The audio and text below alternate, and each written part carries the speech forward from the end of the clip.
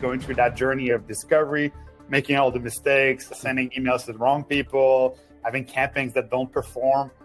We ended up with something that was quite successful and quite useful to the growth of the company.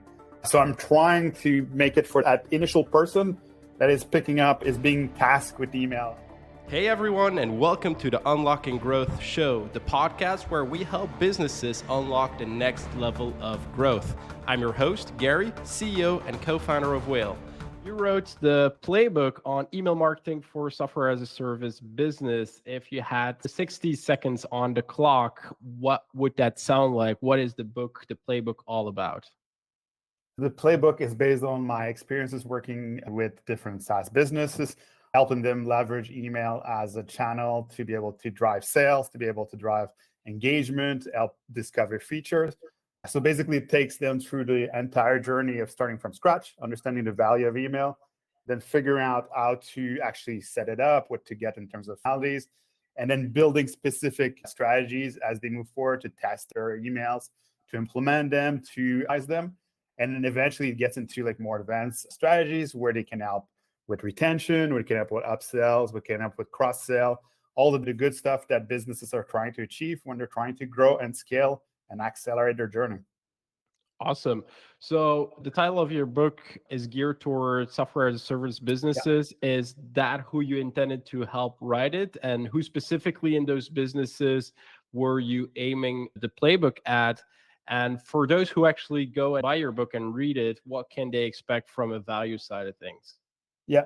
So I wrote it for my past self to some extent, where in 2015, I joined a startup, a SaaS business called Lander in Montreal, Canada. Basically, I picked up a platform. We were using Intercom. We had 3 emails in place. None of it was really performing. And by the end of it, going through that journey of discovery, making all the mistakes, sending emails to the wrong people, having campaigns that don't perform, we ended up with something that was quite successful and quite useful to the growth of the company. So I'm trying to make it for that initial person that is picking up, is being tasked with email. Oftentimes, those people are not professional email marketers. So they might be people in marketing, they might be people in product, and they're being told, okay, it would be great if we added some emails for onboarding, for conversion, whatever it is. And then they're stuck figuring it out by themselves. So that was the goal in that case, to go from there. And the idea is to cover everything in terms of that journey and then take people from nothing all the way to becoming the experts themselves. That's great. So you're basically helping people avoid the mistakes you made by sharing your learnings and strategies that you've picked up along the way.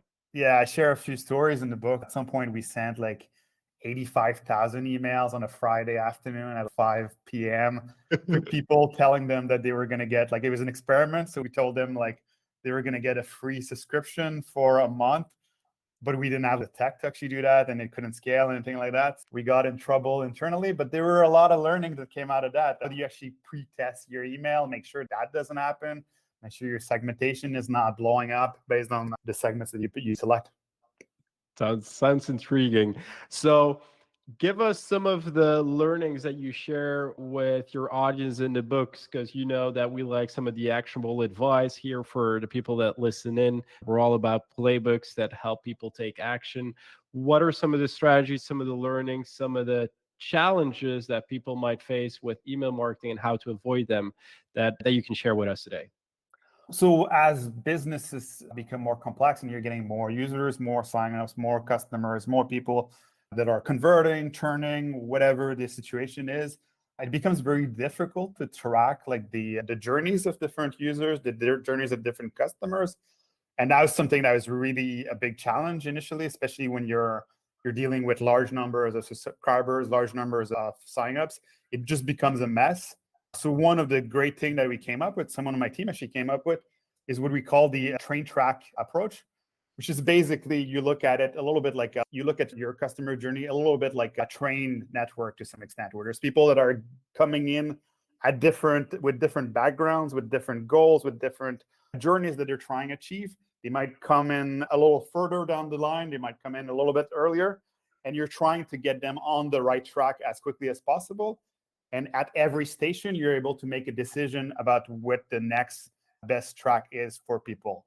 So this might sound a little bit esoteric or whatever else, but the idea is basically in this case to be able to understand where people are starting from, where they're trying to get at, and know which are the best approaches for that. And that helps you control what types of emails and campaigns people are being sent and how you can actually achieve progress with these people.